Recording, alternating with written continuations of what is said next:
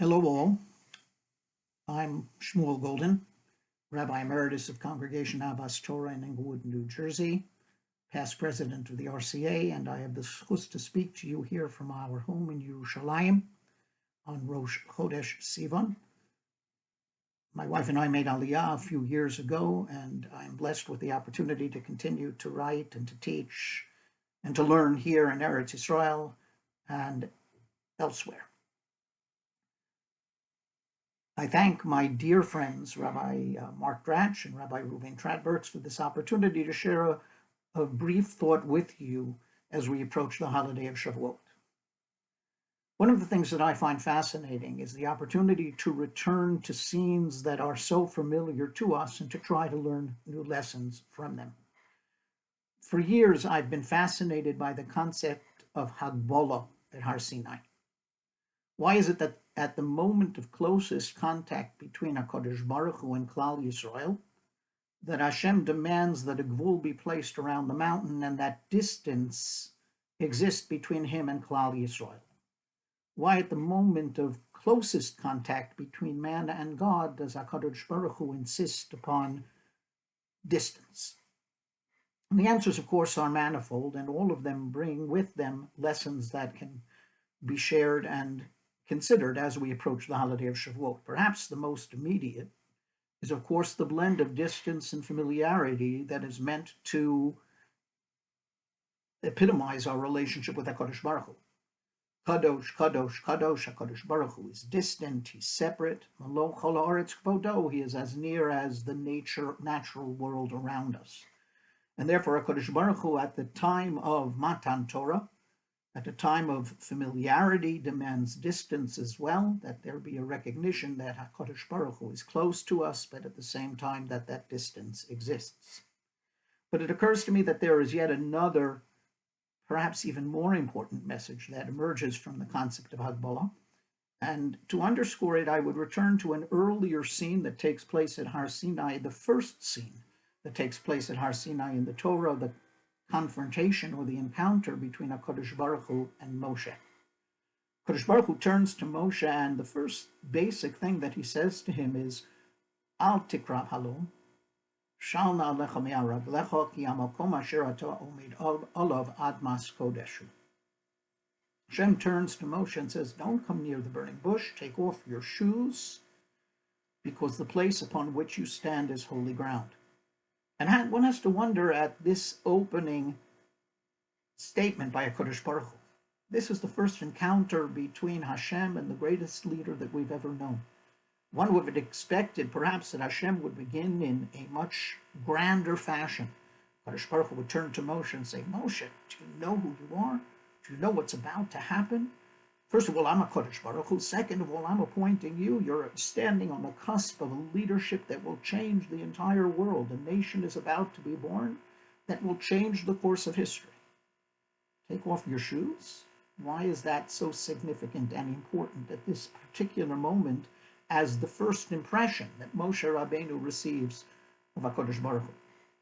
And there are, of course, a variety of different approaches which are suggested by Chazal, most of them focusing on the land or the piece of land upon which Moshe now standing being a sanctified ground. HaKadosh Baruch Hu wants him to show the proper respect. This is Har Sinai. And there are a variety of different levels of approach within the context of that general approach. But Rav Shimshon Raphael Hirsch makes a suggestion which I would take a step further. I'm not quite sure where his suggestion ends and mine begins, so as I often say when I teach this particular section, whatever you like, you can count as his. Whatever you have a question with, you can count as mine. But Rav Shimshon Raphael Hirsch says, take a look again at the words that Hashem is saying. Al tikrav halom. Don't come near this bush.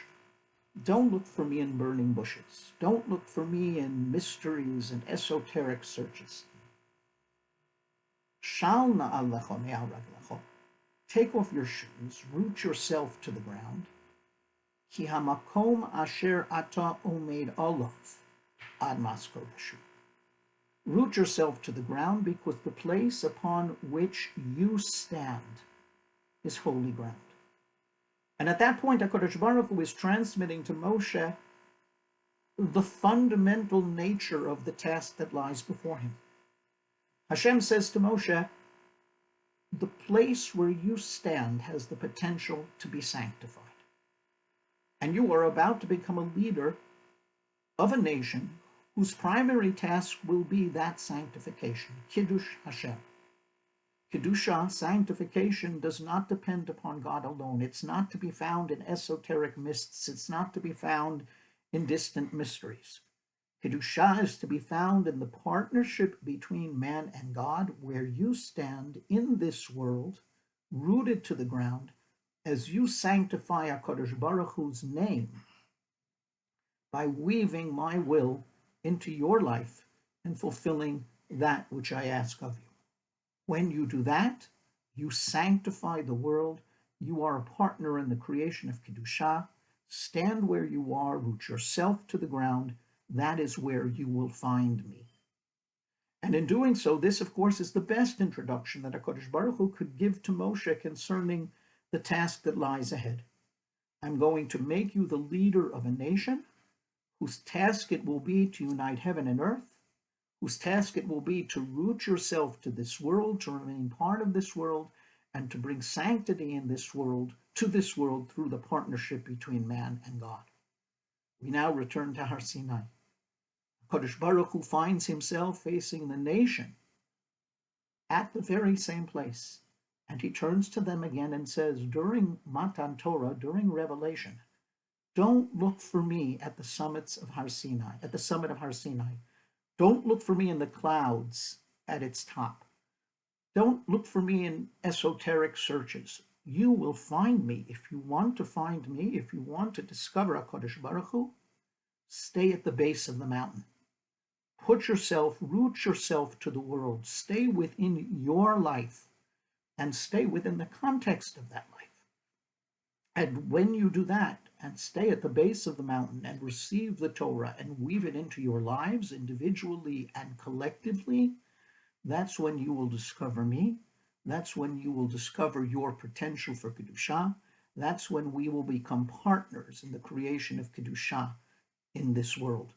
And that is why HaKadosh Baruch Hu wants the nation to remain at its base in order to ensure that they will receive the Torah and understand that it is upon the receiving of the Torah that they will find the way to understand and to discover HaKadosh Baruch Hu. This is, I think, a beautiful lesson for us to be able to share with each other and with our various audiences, that HaKadosh Baruch Hu is to be found in our tradition within this world, rooted to this world, when we receive the mitzvot and when we fulfill them. As an additional note, we might also add that Matan Torah was a recognition or an opportunity, the Sforno says, for Bnei Yisrael to experience Moshe-like Nevuah. It says, V'cham b'cho ya'aminu li'olam. What was unique about Moshe's Nevuah, says the Sforno, panim el panim, was that he was the only Navi who was able to remain rooted in this world in all of his senses and at the same time encounter HaKadosh Baruch Hu. Bnei Yisrael experienced that level of Nevuah when they stand at the foot of Har Sinai, rooted to this world, experiencing HaKadosh Baruch Hu's presence. So even the highest form of Nevuah, which is itself a mystical experience, one would argue, the highest level of Nevuah is Moshe's Nevuah, which remains rooted to this world and weaves that Nevuah into this world. Once again, the concept being that our task is to infuse our lives, is to infuse our being, and to infuse our very essence with God's presence and the world with God's presence through the performance of mitzvot, through Torah learning, through all that He wants us to do within the context of our existence. May we learn this lesson well, may we teach it well, and may this Yom Tov of Shavuot carry us forward in that mission. Chag Chodesh Tov, and in a few days, Chag Sameach.